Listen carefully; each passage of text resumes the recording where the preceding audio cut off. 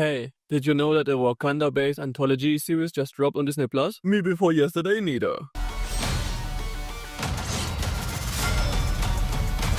And I'm not lying, I had no idea that show was about to come out. But to this show's luck, yesterday I was bored and it was raining outside. Plus this show has only 4 episodes. So I thought, why not? Well, is it worth watching? Probably not. But let me explain. Eyes of Wakanda is a 3D animated show about Wakandan War Dogs. Even though it's way more good looking than the What If TV show, different art style by the way, I still did not like the look of the show because of the to me ugly art style. At least the Wakandian people got a cool sounding Wakanda accent from the movies though. First time beyond our borders?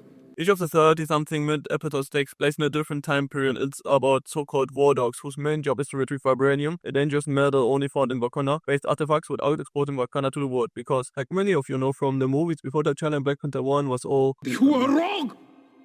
All of you are wrong! To turn your backs on the rest of the world! Wakanda was about staying hidden from the world and about not letting any outsiders getting their hands on vibranium because vibranium too dangerous in the hands of the wrong person and protect Wakanda at all costs and stuff. First question you probably got. Is this canon to the MCU? Yes, if you watch this show you can even answer this question without even googling it. But who actually cares? The MCU is getting soft rebooted after Avengers Secret Wars anyway. Plus nothing in the show impacts the status quo of the MCU in any way. Because everything happens too far down in the timeline. That gets me to my next question. Why does this show even exist? When I watch Marvel and DC stuff, I wanna see superheroes and supervillains. Exceptions are spin-offs of non-super anything characters that have already been established beforehand with a big following. Good luck to Jimmy Olsen from Superman on his try to get a show greenlit. His legendary race just deserved its own TV show. But in the case of Eyes of Wakanda, this show's about people we have never seen before.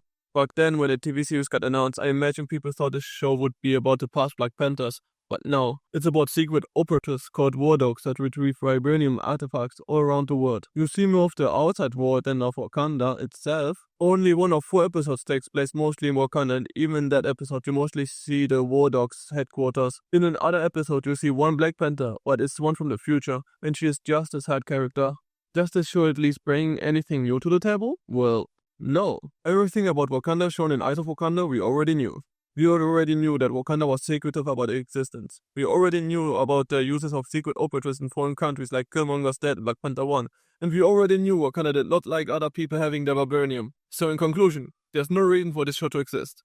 You might argue the showrunners made this because they wanted to convince the general MCU fan that T'Challa has made the right decision when he opened Wakanda's gates to the world. You see, in 3 out of the 4 episodes, the vibranium got retrieved from people who didn't even know that the artifact they had was vibranium-based and did not even do any harm to anybody with it. And in the one episode where somebody was causing trouble with vibranium, it was a Wakandian deserter. But did anybody actually question T'Challa for opening Wakanda to the world? I don't think so. So, in summary, do not watch the show if you have better things to do. Did I actually like it?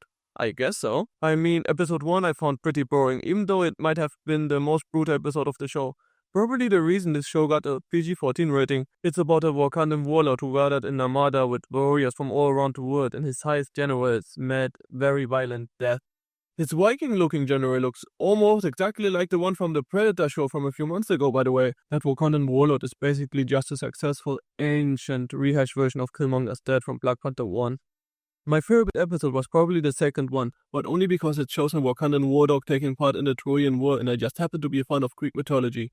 And yes, the Trojan War is now apparently canon to the MCU. So sad that the War Dog number 2 had to kill his best friend Achilles, especially since War Dog number 3 let his lovebird, who turned out to be the Iron Fist of her time period, go after infiltrating Wakanda. The highlight of episode 3 was probably their love-hate dynamic. Finally, the last episode again was just boring to me.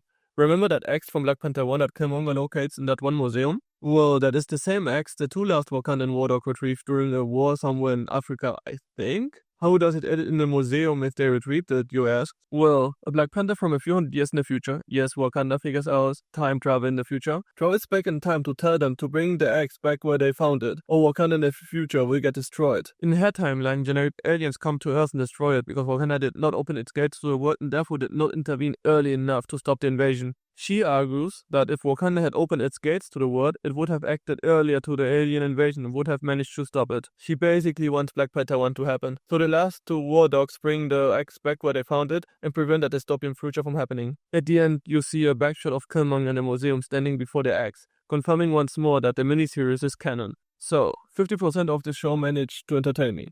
These would be catastrophic numbers for any other show, but this show gets saved by having only 4 episodes. If you are an MCU fan, you could give the show a try, but it's not a must-watch by any means.